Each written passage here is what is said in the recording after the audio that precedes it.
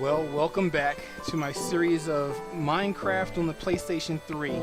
This has been a lot of fun for me. I've been playing this game, loving it a lot, sharing it with my friends. As you can see, this video picks up right where I left off with the other video, where I was mining out this area, discovered some charcoal, and as you know, charcoal gives you experience. So I'm gonna fast forward through all that and just dive into what this video is going to be about. In this video, we're going to focus on more special material. We're going to talk about making more cosmetic changes to your home, and we'll go on and talk about making sure you have the resources that you need. And once you get to a point where you're no longer just surviving day after day, you can start looking at making your home more luxurious and also setting up a perimeter that you define as your territory.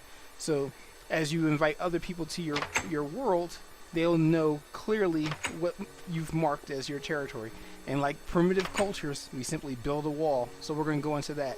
So let's pick up right where we left off, and I'm going to go outside and explore the region. And I can first start talking about the different modes of view. On the PlayStation, or basically Minecraft in general, you can change your point of view by pressing down on the, I believe it's the L3 button. You can change the camera from being first person, looking out of your eyes, to third person, where you have an overhead following bird's eye view of your character, to a chase view, where you can change the camera angle so that it's looking at your character head on.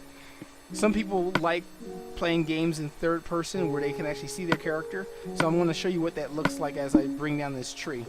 So as you can see, the camera will follow you around, and it'll actually just go wherever your character goes. I find playing Minecraft in third person a little bit more difficult, only because I don't know the distance I am between myself and the target sometimes.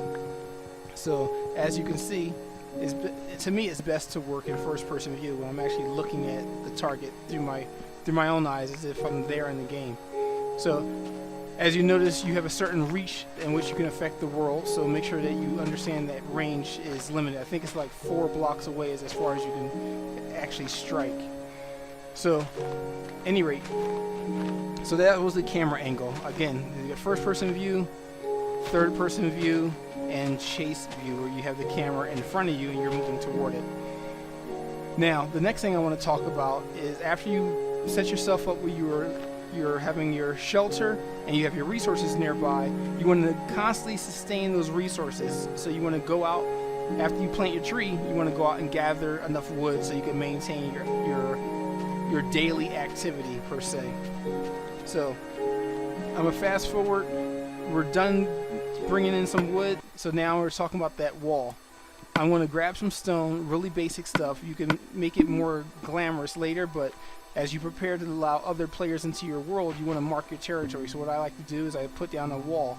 And while I'm talking about walls, I want to talk to you about spider proofing a wall. Spiders can climb up and over any surface. What they can't do is climb under a surface.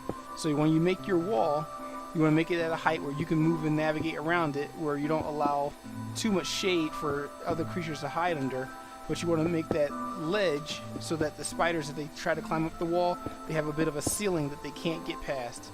So what I like to do is I put down the wall first, the height that I want it to be, and I go to the opposite side of the wall and I lay down that edge. So as you can see, there's now an edge on the wall. So that was a full day's work, just one part of the wall. The sun's going down, time to head inside, because as I said before, you're not going to catch me just doing stuff outside in the dark.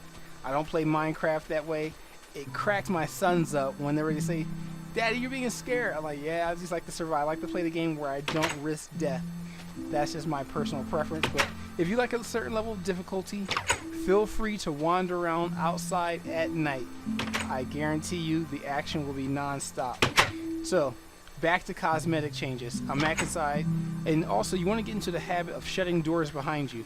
If you leave a door open, monsters will find it. So at any rate, I've cleared out this area. I'm going to show you some minor cosmetic changes.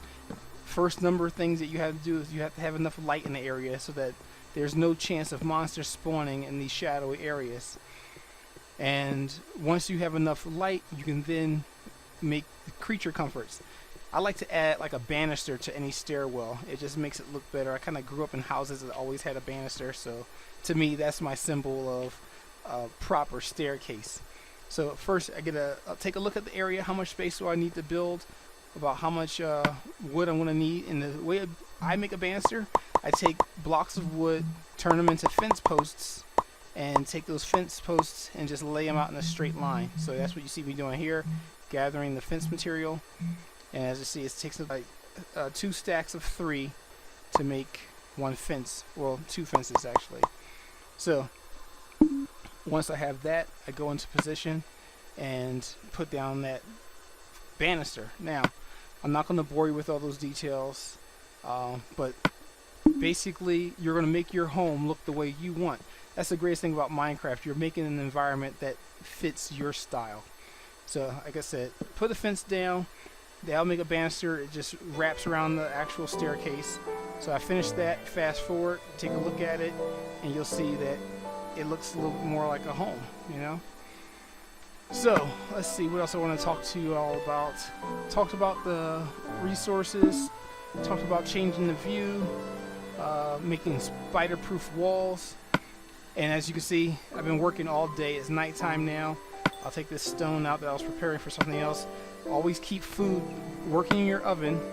Cooked food lasts a whole lot, or fulfills a whole lot more than uncooked food.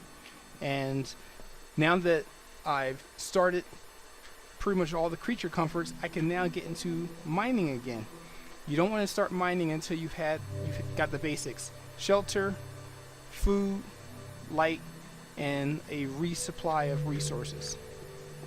But since I have all that, it's now time to go do some mining. And which brings up the very next thing I want to talk about is precious materials. I plan on doing a lot of mining, so I've got to double up on the pickaxes, so I'm not making a trip back and forth up to build them. And I also double up on the torches. So I'll go ahead and make some torches, and I'll head down to get my mining taken care of. The deeper you mine in Minecraft, the more precious the material you're going to find. So I've dug down here. Like I said, I fast forward through most of this stuff, and I'm showing you that the next area that you're going to discover is iron ore. I'll talk more about iron ore, but just understand that it's one of those materials that you're going to find as you get lower and lower into the surface. But that's neither here nor there. Just know that it's down here. Get to digging, set yourself up nicely with your resources, and just go to town. We'll pick up from this point in the next video where I talk about some of the things that you can do with iron. Until then, subscribe to my channel, leave comments. I'll talk to you later.